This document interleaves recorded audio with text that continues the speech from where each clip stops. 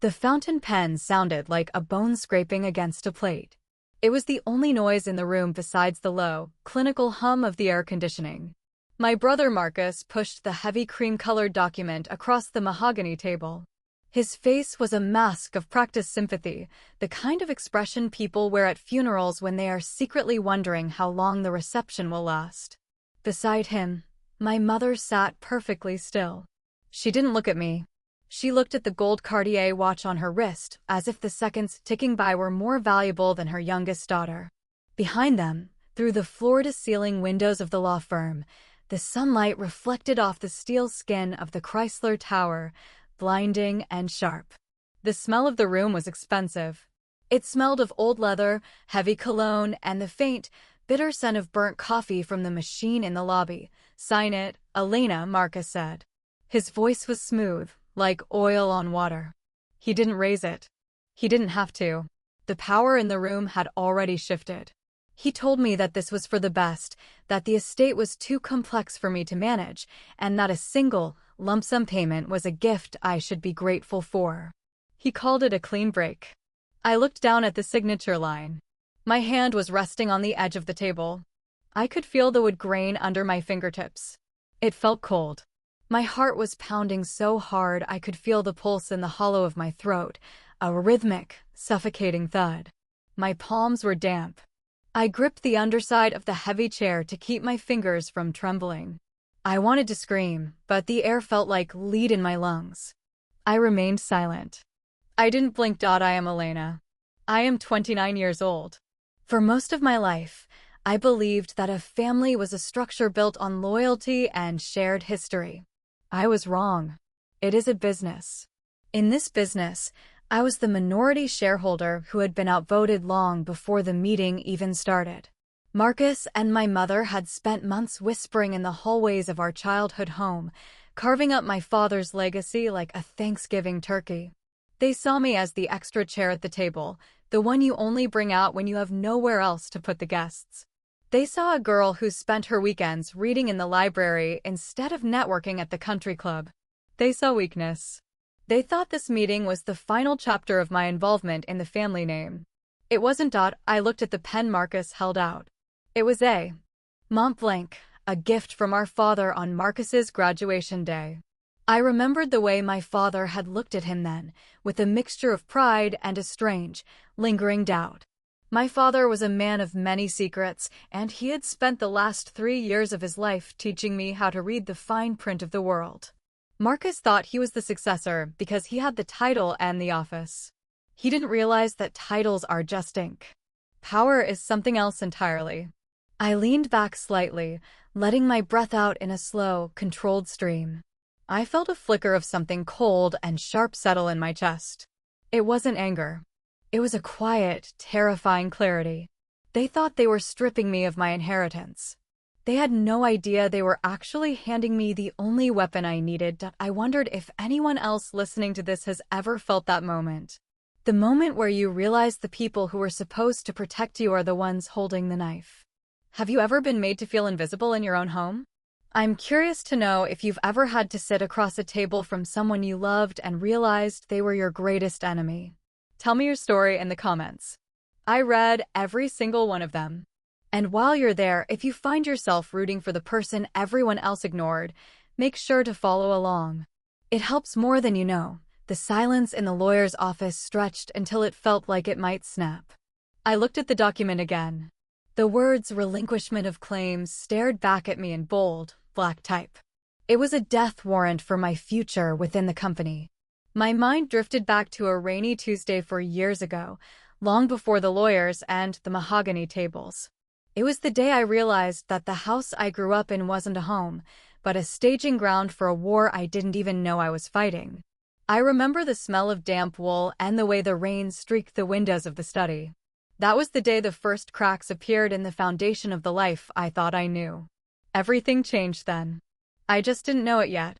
I remember the way the rain tasted that Tuesday 4 years ago. It was metallic and sharp, mixing with the scent of damp wool from the coat I'd forgotten to hang up.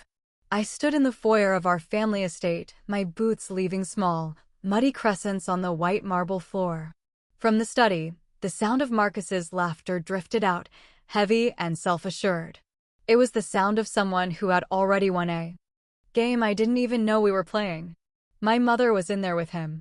I could hear the clink of ice against crystal, the domestic soundtrack of a conspiracy. I wasn't invited. I was never invited to the rooms where the real decisions were made. I was the daughter who was supposed to be content with a generous allowance and a quiet life. I stood by the grandfather clock, watching the pendulum swing with a heavy, rhythmic thud. It felt like a countdown. The door to the study opened and Marcus stepped out, smelling of expensive scotch and triumph. He looked at me, his eyes sweeping over my damp hair and my muddy boots with a flicker of genuine pity. It was the pity you feel for a stray dog you have no intention of taking home. He told me that father was resting and that I shouldn't bother him with my little problems. He said that he and mother had handled everything regarding the new trust. He patted my cheek, a gesture so patronizing it made my skin crawl. He told me to go buy myself something nice. He treated me like a child. Back in this office, for years later, Marcus is wearing that same expression of hollow sympathy. He pushes the pen closer to me, the gold nib catching the harsh fluorescent light. He tells me that the world is changing and that the company needs a firm, singular hand at the helm. He says my father would have wanted me to be protected from the stress of the board meetings. He calls the settlement a safety net. I look at my mother. She is staring at her reflection in the polished mahogany of the table, adjusting a stray strand of her perfectly coiffed hair. She hasn't looked me in the eye once since we sat down. She is a woman who traded her soul for a seat at the head of the table a long time ago. She thinks I am just like her. She is wrong. I think back to the hospital room, 2 weeks before my father died. The room was filled with the sterile smell of antiseptic and the rhythmic wheezing of the ventilator. Marcus and mother were in the cafeteria, probably discussing the funeral arrangements and the stock options. I was alone with him. He took my hand, his grip surprisingly strong for a man so close to the end. He didn't speak about the company or the money. He told me to look behind the loose floorboard in the library, under the third shelf of the history section. He told me that the law is a tool, but secrets are the power. He looked afraid. He was dying. I didn't tell Marcus about that night. I didn't tell my mother about the leather-bound ledger I found, or the flash drive hidden inside the hollowed-out copy of The Rise and Fall of the Roman Empire. I spent months in the quiet hours of the night learning a different language. I learned about shell companies, nested trusts, and the silent partners who held the true keys to our family's empire. I watched Marcus fumble through board meetings, his arrogance masking a profound incompetence. I watched my mother manipulate the social circles of the city, oblivious to the fact that the ground beneath her was shifting. I became a student of their greed. I studied their shadows. Marcus clears his throat, the sound sharp and impatient in the still air. He asks me if there is a problem with the wording. He says the lawyers spent weeks making sure the language was fair. He means they spent weeks making sure it was airtight. I can feel the weight of the silence in the room, a heavy, suffocating blanket. My pulse is a steady drumbeat in my ears. I reach out and pick up the pen. The weight of it is familiar. It feels like a weapon. I don't sign. I just hold it. I remember my 8th birthday. It was a bright, sunny afternoon in the garden. Marcus had received a set of professional golf clubs, while I was given a porcelain doll that I was told was too fragile to play with. I spent the afternoon watching him swing at the grass while I sat on the stone bench, the doll's glass eyes staring back at me. When I tried to join the game, my mother told me to sit still and not ruin my dress. She said that some things were for boys and some things were for girls. She said I should learn my place. I broke that doll. I buried the pieces in the rose garden. I look at the document again. It is a masterpiece of legal exclusion. It strips me of my voting rights, my seat on the board, and any claim to the real estate holdings. In exchange, it offers me a sum of money that sounds like a fortune, but is actually a pittance compared to the true value of the estate. Marcus thinks I don't know the difference. He thinks I'm still the girl with the broken doll. He thinks I'm distracted by the numbers on the page. I'm not. I'm looking at the signature line for the trustee of the secondary estate, a position that is currently listed as vacant. It isn't vacant.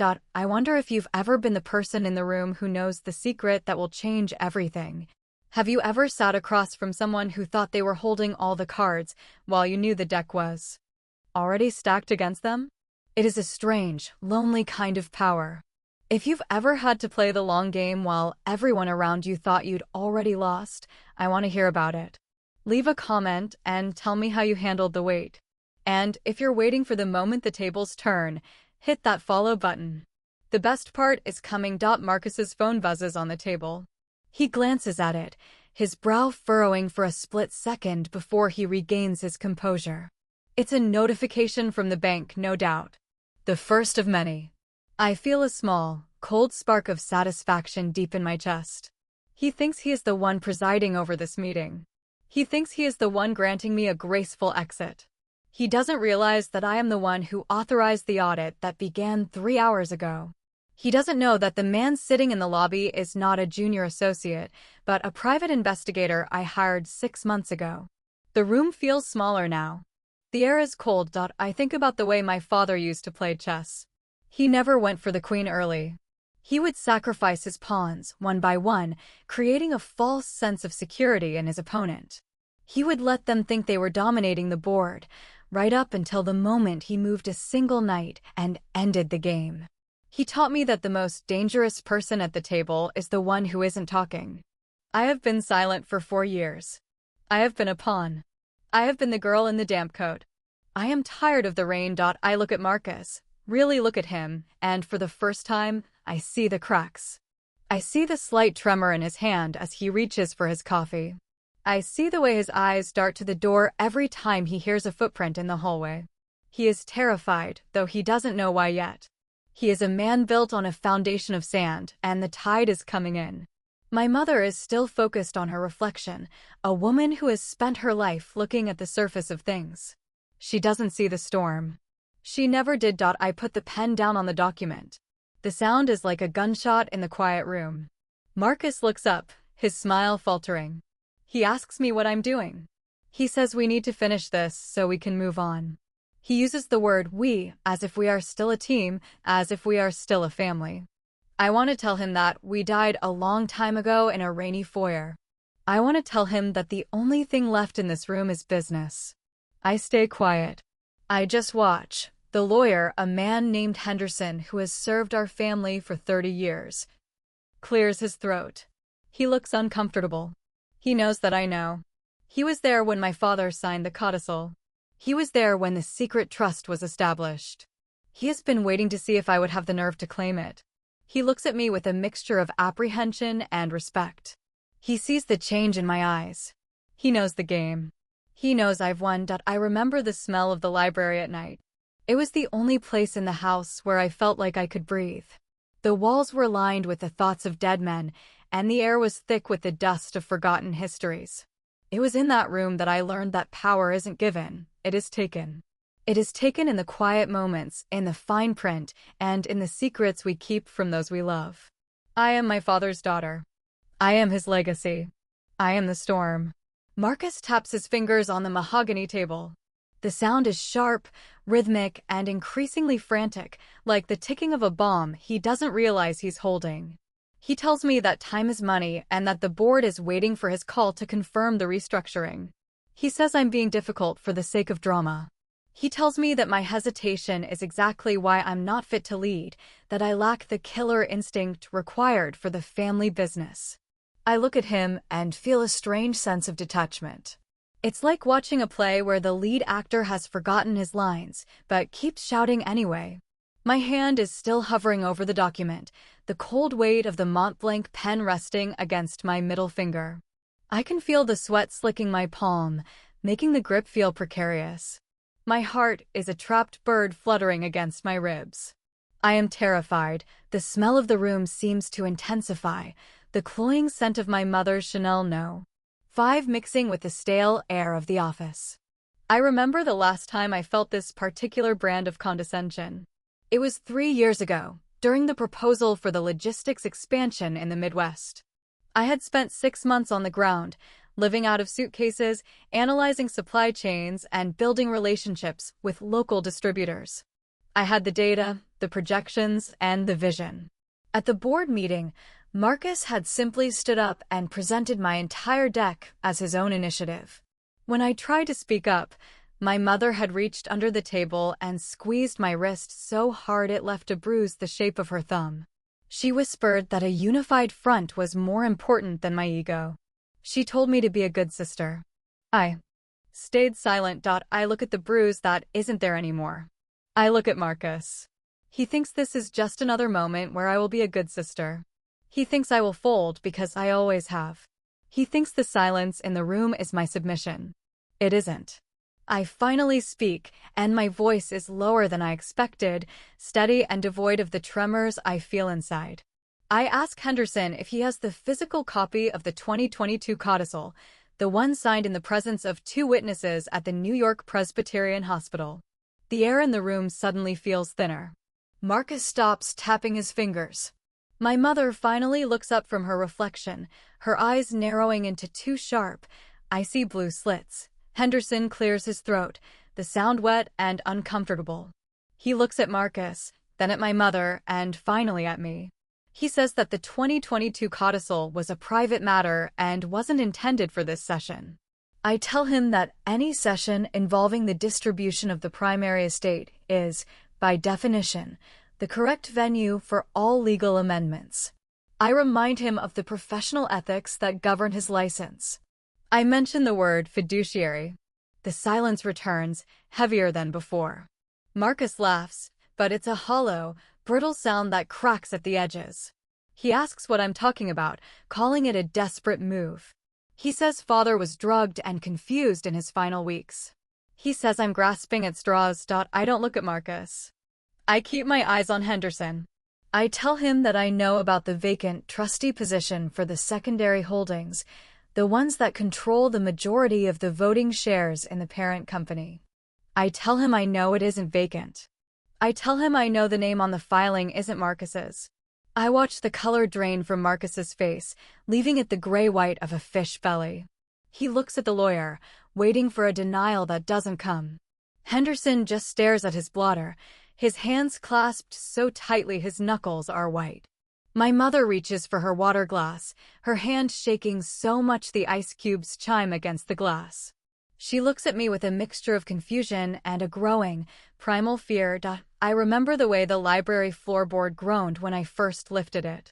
I remember the dust motes dancing in the light of my flashlight. I remember the feeling of the small, velvet-lined box that held the flash drive and the letter. My father's handwriting was shaky, the loops of his L's and G's trailing off as if he were running out of strength. He wrote that he had spent his life building a kingdom, but had failed to raise a king. He wrote that Marcus had the ambition but none of the soul. He wrote that he saw me, even when he pretended not to. He said the secrets were my armor. I believed him. The lawyer slowly opens a leather portfolio that had been sitting off to the side. He pulls out a single sheet of paper, the ink dark and authoritative. He says that there is indeed an addendum. He says the secondary estate, which holds the controlling interest in the conglomerate, was placed into a blind trust upon my father's death. He says the trustee was designated as the youngest child, provided she could demonstrate a mastery of the company's internal audits within 4 years. He says the audit I initiated this morning triggered the final clause of the trust. He says the transition is already in progress. Marcus stands up so quickly his chair flips over, the heavy wood thudding against the carpet. He is screaming now, but I can't hear the words. The sound is just a dull roar in the background of my own thoughts. I feel a strange, cool wash of relief. The pounding in my throat has slowed to a measured, rhythmic beat. I put the pen down on top of the document they wanted me to sign. I don't sign it. I don't have to. I look at my mother, who is now staring at me as if I am a stranger she just met on the street. She looks small. She looks like a woman who just realized she backed the wrong horse in a race that ended before she even knew the gates were open. I wonder if she'll try to squeeze my wrist now. I wonder if she'll ask me to be a good daughter. Have you ever seen the mask fall off a person you thought you knew? Have you ever watched the moment their confidence turns into pure, unadulterated panic? It's a quiet kind of violence. I want to know if you've ever had to take back what was yours from the people who stole it. Tell me about the moment you stopped being the person they expected you to be. I'm listening. And if you're enjoying seeing the golden child lose his shine, make sure to stick around. This is just the beginning of the audit. Marcus is pacing the small space behind his chair, his hands running through his hair. He's talking about lawsuits, about contesting the will, about my father's mental state. He's unraveling in real time. He looks at Henderson and demands to know why he wasn't informed. Henderson simply says that he was following the specific, ironclad instructions of his client. He says that my father anticipated this reaction. He says the legal walls are too high for Marcus to climb. I watch my brother, the man who used to make me feel like I didn't exist, and I realize I don't hate him. I just pity him. He was a king of nothing. I think about the thousands of hours I spent in the dark, learning the mechanics of the company he thought he owned. I think about the files I copied, the emails I archived, and the silent allies I cultivated within the departments Marcus ignored.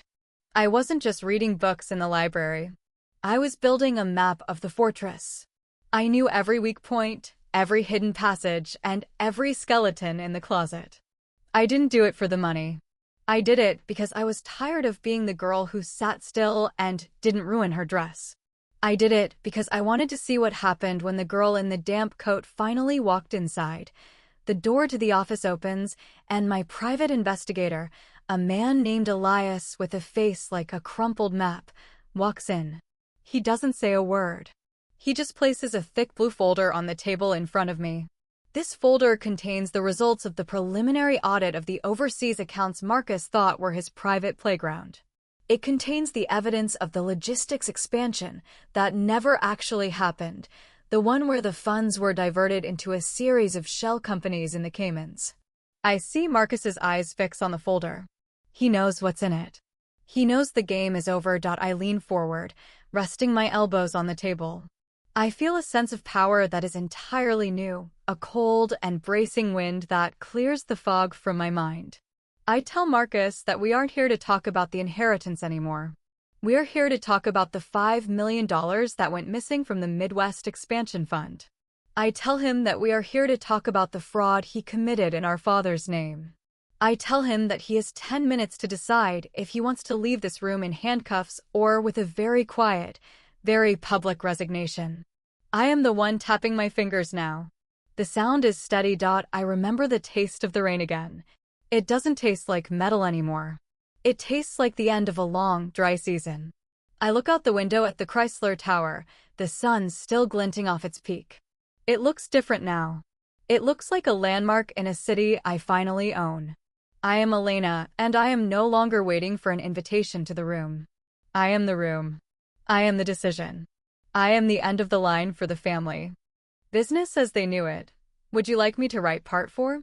Marcus looks at the blue folder as if it were a bomb. His hand, the one that usually commands attention with a single gesture, is hovering over the table, fingers twitching. He tries to speak, but his voice is caught in his throat, a dry, rasping sound. I watch the realization settle in his eyes. He isn't looking at his sister anymore. He is looking at his judge. The air in the office is so still I can hear the hum of the light fixtures overhead, a persistent, low-frequency buzz that feels like it's vibrating inside my skull. I can smell the sharp, chemical scent of the toner on the pages inside that folder. It is the smell of his undoing. I don't move. I don't breathe. My mother breaks the silence first. Her voice is a fragile thread, stripped of its usual authority. She calls my name, but it sounds like a question. She tells me that we are a family, that whatever Marcus did was likely a misunderstanding, a temporary lapse in judgment under the pressure of the leadership transition. She says that airing our dirty laundry in front of outsiders, she glances at Elias and Henderson, is beneath us. She reaches across the table, her hand searching for mine, her fingers cold and spindly. I pull my hand away before she can touch me. The rejection is visceral. I remember a gala 8 years ago. the night the firm celebrated its 50th anniversary. I had worked for 3 months on the keynote presentation, staying up until dawn to ensure every figure was perfect. When the night came, my mother told me I looked tired and suggested I stay in the back to handle the technical cues. Marcus stood on the stage in a tailored tuxedo, delivering my words to a standing ovation. When I cried in the limo on the way home, she told me that a woman's strength is in her silence. She told me to be proud of my brother. She told me to know my place. I know my place now. It is at the head of this table. I tell her that the only misunderstanding was theirs, believing that I was too weak to notice the theft. I look at Henderson. I ask him if he's prepared to explain to the New York Bar Association why he facilitated the transfer of funds into accounts he knew were fraudulent. Henderson's face goes from gray to a sickly, mottled purple. He starts to stutter about client-attorney privilege, but I cut him off. I tell him that privilege doesn't cover the commission of a crime. I tell him that if he wants to keep his license, he will produce the original ledger from the secondary trust immediately. I am not asking. I am dictating the terms of his survival. Marcus finally finds his voice, but it's high and brittle. He tells me I'm bluffing. He says the board will never believe a disgruntled younger sister over the acting CEO. He says he will have me removed from the building. He reaches for the desk phone, his movements jerky and uncoordinated. I don't stop him. I just watch him. I tell him to go ahead and call security. I remind him that as of 9 o'clock this morning, the security contract was transitioned to a firm I personally vetted. I tell him that the men standing outside the door are not his employees. They're mine. Marcus freezes, the phone receiver halfway to his ear. He looks at the door as if he expects the walls to start closing in. He looks small. I think back to the hospital again. The sound of the heart monitor was a constant, mocking reminder of the time we had left. My father had looked at me and whispered that the world is full of people who take, but very few who know how to keep.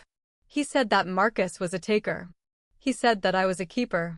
At the time, I thought he was talking about the money.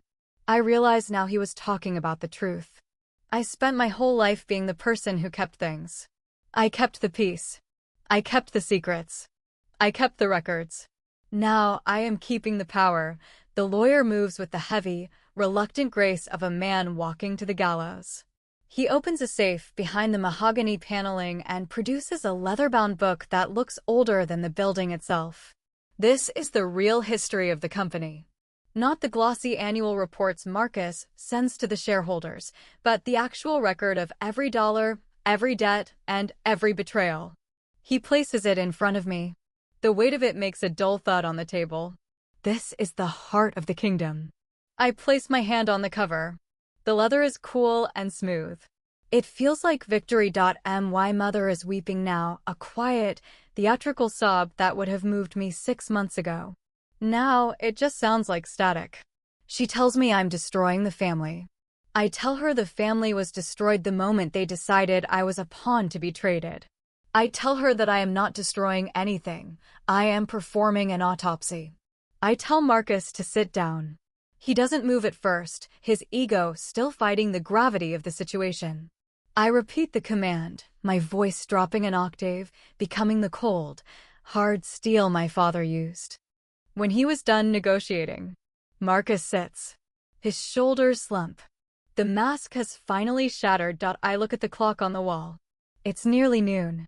The city outside is churning, millions of people moving through the heat and the noise, unaware that the tectonic plates of one of its oldest dynasties have just shifted forever. I feel a sudden, sharp pang of loneliness, a fleeting thought of what it would be like to have a brother who actually loved me. I wonder if it's possible to win without losing everything else. Then I look at the blue folder and the leather ledger and the feeling vanishes. Some things are worth the cost. I am ready for the next phase. If you've ever had to burn a bridge to keep from being pushed off it, you know exactly how I feel in this moment. There is a terrifying beauty in the fire. I want to know if you've ever had to choose between your loyalty and your survival. What did you choose? Let me know in the comments. Your stories are the fuel that keeps me going. And if you want to see what happens when the board meets the new boss, you need to follow along. The real fight is just beginning. I stand up and gather the documents. I tell Henderson he has 1 hour to prepare the resignation papers for Marcus and the formal notification for the board. I tell Elias to stay with them. I walk toward the door, my heels clicking sharply on the hardwood. The sound is like a metronome, marking the pace of a new era. I don't look back at my mother. I don't look back at Marcus. I walk out into the hallway, where the air is fresher and the light is brighter. I feel a weight lift from my shoulders, replaced by the heavy, solid mantle of responsibility. I am the trustee. I am the majority shareholder. I am the woman they tried to erase. The elevator ride down is silent. I watch the floor numbers count down, each one a second closer to the street, to the real world, to the beginning of my reign. When the doors open into the lobby, the noise of the city hits me like a physical wave. The honking of taxis on Park Avenue, the distant siren of an ambulance, the frantic energy of people in a hurry. I step out into the sunlight. It's hot, but I don't mind. I feel alive for the first time in years. I hail a cab and give the driver the address of the headquarters. I have a board meeting to attend. I have a legacy to claim. I think about the fountain pen again. The one Marcus used to try and sign my life away. I have it in my purse now. I took it from the table when he wasn't looking. It's a small theft, a petty one, but it feels significant. I will use it to sign the papers that remove him from the company. I will use it to write a new history. I will use it to be the leader my father knew I could be. The rain has stopped. The sun is out. I am Elena, and I am just getting started. The taxi driver was listening to a talk radio station, the host's voice a grating, high-pitched whine that set my teeth on edge. I watched the city blur past, a smear of yellow cabs and gray pavement. I looked at the blue folder in my lap. It felt heavier now, as if the weight of the evidence inside was physically increasing with every block we traveled. I thought about the board members who were currently sitting in the penthouse suite, sipping their artisan mineral water and checking their stock portfolios. They were men like Arthur Aris, who had served on my father's board for 30 years and still managed to forget my name every single time we met. I remembered a meeting 2 years ago, a discussion about the diversification of our energy holdings. I had prepared a white paper on renewable infrastructure that father had actually praised in private. When I tried to present it, Arthur Aris had interrupted me 3 sentences in. He had leaned over, his breath smelling of peppermint and stale tobacco, and patted my hand. He told me that the grown-ups were talking about numbers, and perhaps I should go check on the catering for the holiday party. Marcus had laughed. My mother had looked at her nails. I had swallowed my pride until it felt like a stone in my gut. I didn't forget. The lobby of the headquarters was a cathedral of glass and cold, gray stone. It smelled of expensive lilies and the filtered, sterile air that only the very wealthy get to breathe. I walked toward the security gates, the click of my heels echoing off the high ceilings like a countdown. The guard behind the desk, a man named Henderson who had worked here since I was a toddler, looked up and smiled. He started to reach for a visitor's badge, but I didn't stop. I tapped my permanent executive key card against the reader. The light turned green with a soft, electronic chirp. I didn't need a visitor's pass for a building I technically owned. The elevator climbed toward the 64th floor, the pressure changing in my ears until I had to swallow to clear them. I saw my reflection in the polished brass of the doors. I looked like my father, but with a different kind of hunger in my eyes. The doors slid open. The hunt was on. The reception area was quiet, the kind of expensive silence that suggests everyone inside is terrified of making a mistake. The receptionist, a young woman with a face as sharp as a razor, stood up as I approached. She told me that the board was in a closed-door session and that I wasn't on the schedule. She said Mr. Marcus had specifically requested no interruptions. I didn't look at her. I walked straight toward the double frosted glass doors at the end of the hall. She called after me, her voice rising in a panicked vibrato, but I didn't slow down. I pushed the doors open with both hands.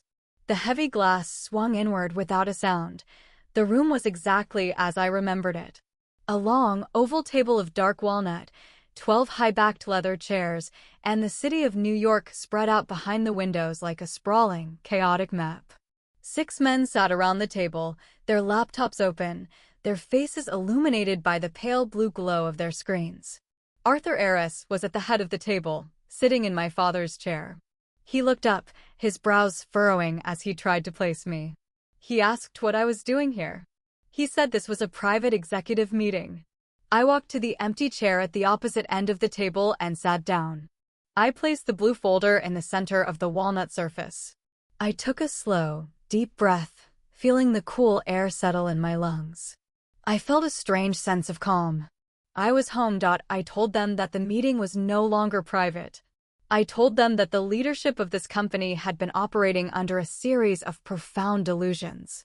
I looked at Arthur and told him that his breath still smelled like peppermint. He turned a deep, alarming shade of crimson. One of the other board members, a man named Miller who had always been Marcus's favorite golfing partner, told me to leave before he called security. I told him to go ahead. I told him that security was currently busy escorting Marcus out of the law offices downtown. The room went dead quiet. You could have heard a pin drop on the thick, plush carpet. They were stunned. I opened the blue folder and began to slide copies of the audit summary across the table. I watched as they reached for the pages, their fingers trembling slightly as they scanned the figures. I pointed out the diverted funds, the shell companies, and the forged signatures. I told them that this wasn't just a family dispute. It was a corporate execution. I told them that the secondary trust, which held 51% of the voting shares, had been activated. I told them that I was the sole trustee. I watched Miller's face go white as he reached the section about the kickbacks he'd been receiving from the Midwest logistics expansion. He looked at the paper, then at me, and then at the door. He knew. I think back to the time Marcus threw my favorite book into the fireplace when we were children. It was a first edition of Jane Eyre that my grandmother had given me. I remember the way the pages curled and turned black, the smell of burning paper filling the room. He told me it was an accident. My mother told me I shouldn't have left it where he could reach it. She told me that boys will be boys. I didn't cry then. I just waited until he was asleep and replaced his favorite trophy with a replica made of sugar that dissolved the next time it rained. I've always known how to wait. I've always known how to replace the things people love with things that won't last. I wonder if you've ever felt the moment where the person who is supposed to be in charge realizes they have no power left. It's a physical shift in the room, like the air being sucked out of a vacuum. Have you ever been the one to deliver the news that changes someone's entire world? It's a heavy responsibility, but there's a certain justice in it. If you've ever had to stand your ground against a room full of people who thought you were nothing, I want to hear your story. Tell me about the time you finally spoke up. And if you're enjoying the look on Arthur Arris's face right now, make sure to follow. We're just getting to the part where I fire them. Arthur Arris slammed his hand on the table, the sound echoing through the room. He told me that a few spreadsheets didn't give me the right to walk in here and make demands. He said he would fight the trust in court for the next 10 years if he had to. He said I was an amateur playing a game I didn't understand. I leaned forward, my voice dropping to a whisper that was louder than a shout. I told him that I didn't just have spreadsheets. I told him I had the testimony of the accountant Marcus had tried to bribe. I told him I had the emails he'd sent from his private server. I told him that if he didn't sign the resignation letter I was about to give him, I would hand the blue folder to the district attorney by 5 o'clock. He stopped shouting. The silence that followed was different from the one before. This was the silence of a sinking ship. I looked around the table at the men who had spent years ignoring me, dismissing me, and patronizing me. They looked like ghosts. They looked like the relics of a world that was already gone. I felt a flicker of the girl in the library, the one who spent her nights reading about the fall of empires. She was gone too. In her place was something much harder, something forged in the cold and the rain. I am the end of their era. I am the beginning of mine. I stood up and walked to the window. The city was glowing in the afternoon light, the buildings casting long, sharp shadows across the streets. It looked beautiful and indifferent. I thought about my father and wondered if he would be proud or if he would be terrified. Probably both. He was a man who understood that you can't build something new without clearing away the rot. I looked at my reflection in the glass. I didn't look like a girl anymore. I looked like a queen. I turned back to the room and told them they had 5 minutes to decide. I went to the sideboard and poured myself a glass of water. It was cold. It was perfect. The ice in my glass had melted into a small, clear pool at the bottom by the time the 5 minutes were up. I didn't look at the clock. I didn't have to. I could feel the time passing in the silence of the room, a heavy, expectant pressure that seemed to push against my eardrums. Arthur Arris was staring at the resignation letter I had placed in front of him, his pen hovering just inches from the paper. His hand was shaking. Not a violent tremor, but a subtle, rhythmic vibration that spoke of a man who had finally realized the ground beneath him had turned to liquid. I thought about the way he used to look at me during the annual Christmas gala. He would always lean in too close, the smell of gin and peppermint thick on his breath, and tell me that I was the jewel of the company. He didn't mean it as a compliment. He meant I was a decoration.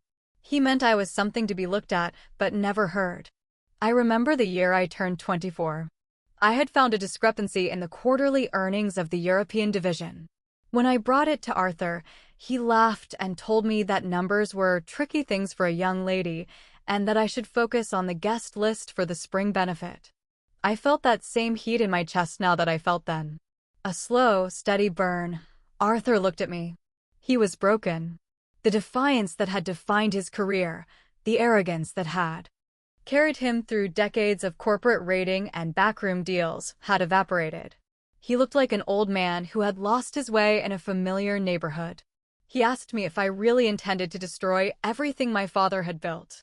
He said that the scandal of a mass resignation would tank the stock price by 30% before the opening bell tomorrow. He tried to appeal to my sense of duty, the very thing he and Marcus had spent years trying to suppress. I told him that the stock price didn't matter to me. I told him that I wasn't destroying my father's legacy, I was cauterizing it. I told him that the rot stopped here. Beside him, Miller was sweating. A thin, oily sheen had broken out across his forehead, and his tie looked like it was choking him. He tried to speak, his voice a pathetic, high-pitched warble. He told me that he had kids in college, that he was only following Marcus's lead, that he didn't know the funds were being diverted to offshore accounts. He lied like a man who had never been told no in his entire life. I remembered the company picnic when I was 10. Miller had organized a race for the children. I had tripped and scraped my knee on the gravel, the blood bright and stinging against my white dress. Miller hadn't stopped to help me. He had stood over me and laughed, telling the other parents that I was too delicate for the real world. He had handed the trophy to Marcus before the race was even finished. I looked at him now and felt nothing but a cold, surgical indifference. I pushed a second, smaller folder toward him. This one contained the photos of his consultation meetings in Macau, the ones his wife didn't know about. Miller stopped talking. He picked up his pen. The sound of 4 pens scratching against paper was the only thing I heard for the next 60 seconds. It was a beautiful, rhythmic sound. It was the sound of a dynasty resetting. One by one, they pushed the documents back toward the center of the table. They didn't look at me as they stood up. They gathered their laptops and their leather briefcases with the frantic energy of people fleeing a burning building. They left the room in a single, silent procession, their heads bowed. Arthur Arris was the last to reach the door. He paused for a second, his hand on the frame, and looked back at me. He looked like he wanted to say something, but the words wouldn't come. He stepped out into the hallway, and the glass doors swung shut behind him.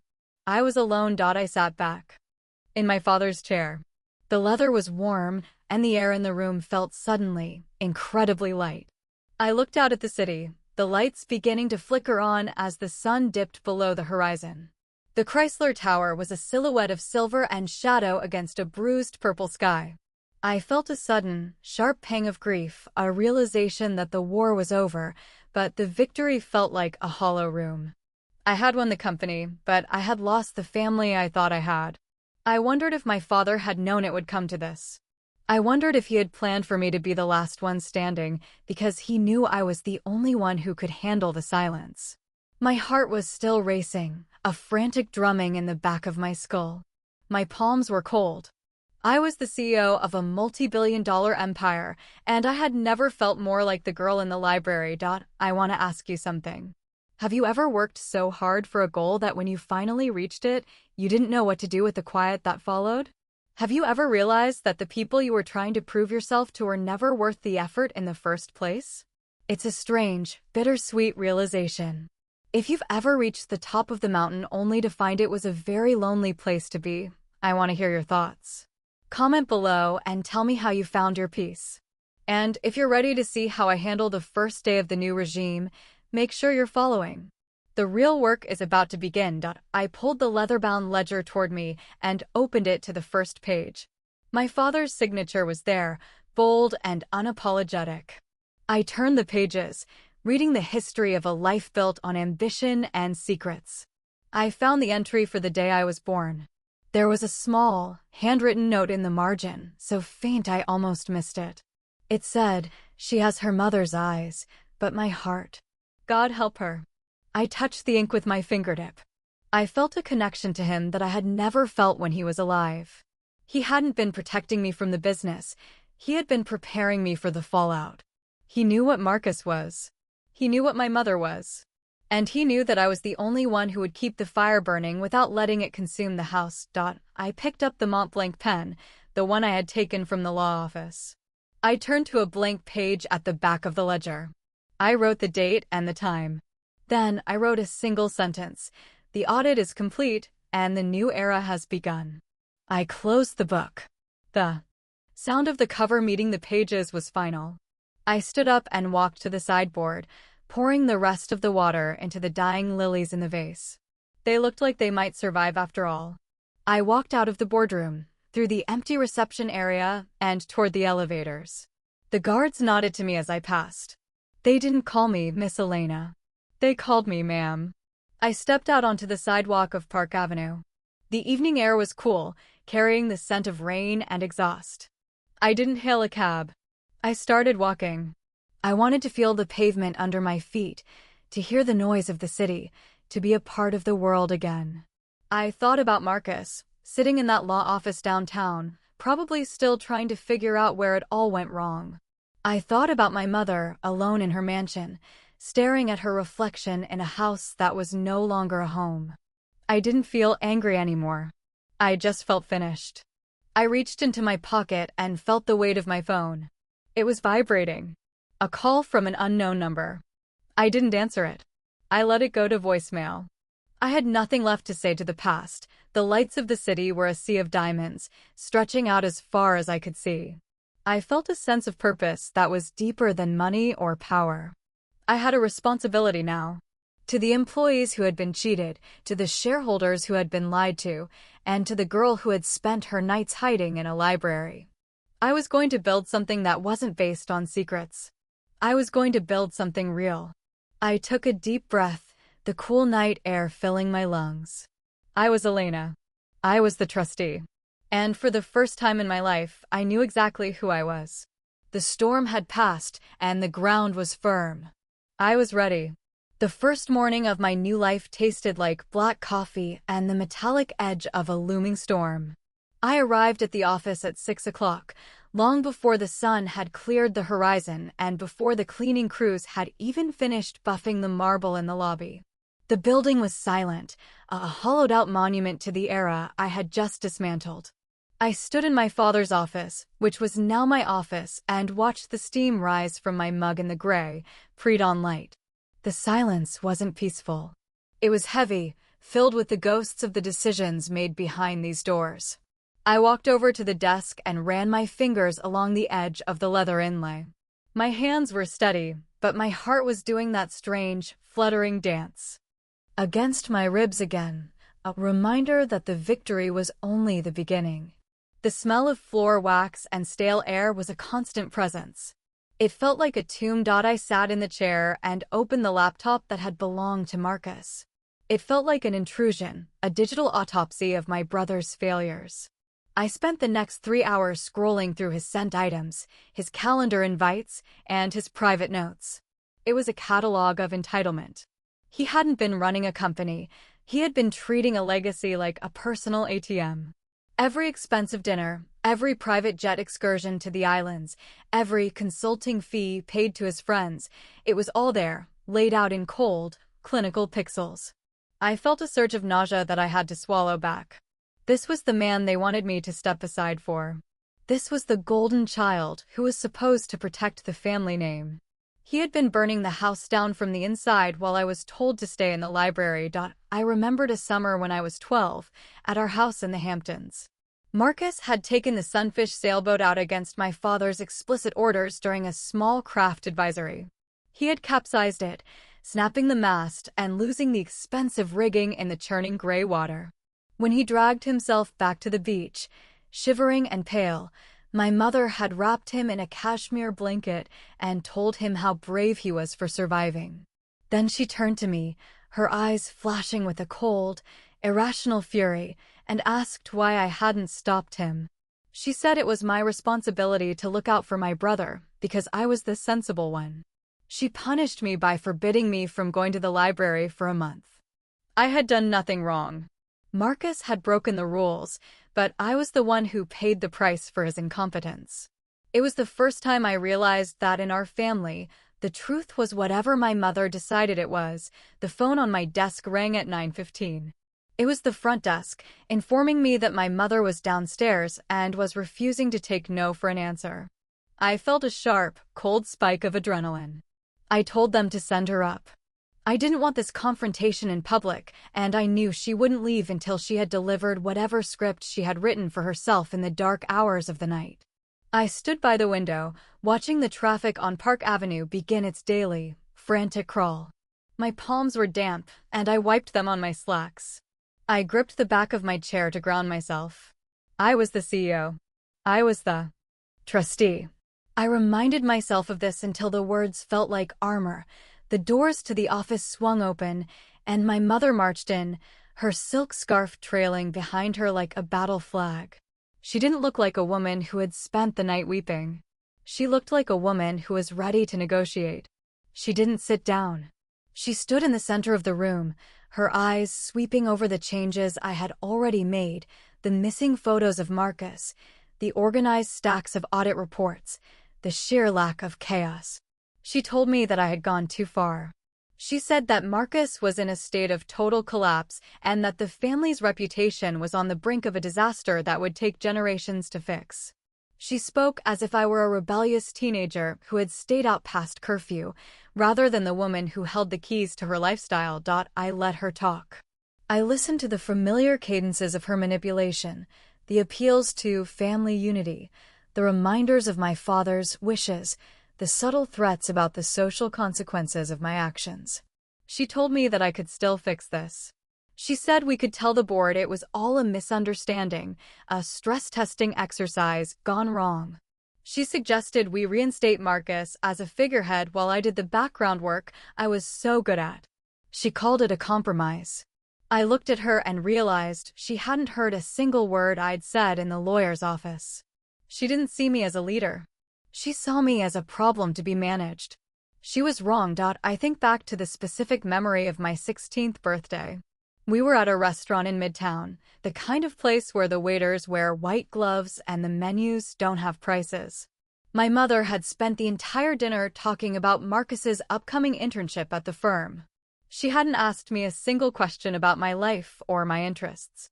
When the cake came out, she realized she had forgotten to order the kind I liked. She told me to just eat a small piece of Marcus's favorite chocolate torte and not be difficult. I sat there, smiling at the guests, feeling the sugar turn to ash in my mouth. I was a ghost at my own celebration. I learned that night that my presence was optional, but my compliance was mandatory. I told my mother to stop. My voice was quiet, but it cut through her monologue like a knife. I told her that there would be no compromise. I told her that Marcus's resignation was final and that the legal proceedings regarding the diverted funds were already in motion. I saw her face shift, the mask of maternal concern slipping to reveal the sharp, calculating woman underneath. She asked me if I really hated them that much. I told her that I didn't hate them. I told her that hate required an emotional investment I no longer had. I told her that I was simply doing what was necessary to save the company she and Marcus had nearly destroyed. I was the adult in the room. Have you ever had to be the person who delivers the truth to someone who has spent their entire life living in a lie? It is a thankless, brutal task. I want to know if you've ever had to stand your ground against a parent who refused to see you for who you really are. How did you find the strength to stay silent? Or did you finally scream? Tell me your story in the comments. I'm curious to know how many of us are sensible ones who finally decided we'd had enough. And if you're watching this empire being rebuilt brick by brick, make sure you follow. The foundation is finally set. My mother looked at me for a long time, her eyes searching for a crack in my resolve. She didn't find one. She turned and walked toward the door, her heels clicking a hollow, defeated rhythm on the hardwood. At the threshold, she stopped and looked back. She said that I would be very lonely at the top. She said that my father had died a lonely man because he couldn't trust anyone, and that I was becoming just like him. I told her that I would rather be lonely and honest than surrounded by the kind of family she had created. She left without another word. The door clicked shut and the silence returned. I went back to the laptop. I had a meeting with the new legal team in 20 minutes. I had to review the severance packages for the remaining middle managers who had been complicit in Marcus's schemes. There was so much work to do. I felt a sudden, sharp wave of exhaustion wash over me, a physical weight that made my limbs feel like lead. I closed my eyes for a second, feeling the quiet pulse of the building around me. I was tired, but I wasn't lonely. I felt a strange, solid sense of peace. I was no longer waiting for someone to give me permission to exist. I was the one who gave the orders. I think about the fountain pen in my purse. I take it out and place it on the desk. It is a small thing, but it represents the end of an era of theft and the beginning of an era of accountability. I will use it to sign the new ethics policy this afternoon. I will use it to rebuild the trust that was shattered. I look at the city outside, the sunlight now fully illuminating the canyons of steel and glass. It is a beautiful, indifferent place, and it is mine to navigate. I am Elena, and I am no longer playing a part. I am the script. I am the director. I am the future. The elevator hummed as it brought up the first of the new board candidates. I stood up and straightened my jacket. My heart was steady. My hands were dry. I was ready for the next chapter. The rain from the morning had cleared, and the sky was a bright, piercing blue. I took a deep breath, the air in the office feeling clean for the first time in years. I walked toward the door to greet my new partners. The work was just beginning, and for the first time in my life, I knew exactly what I was doing. I was home. I walked through the heavy oak doors of the family estate one last time. The air inside was still and cool, holding the faint, ghostly scent of lavender furniture polish and old, expensive tobacco. It was the smell of my childhood, a scent that used to make my stomach tighten with a familiar, low-grade anxiety. Now, it just felt like a museum. I stood in the foyer, the marble floor cold beneath my heels, and looked up at the crystal chandelier.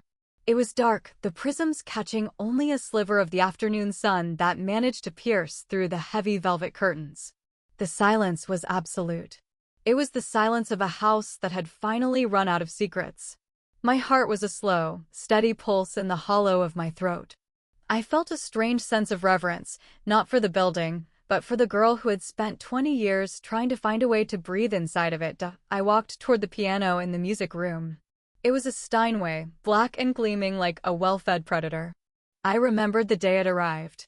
I was 7 years old, and I had spent months asking for lessons.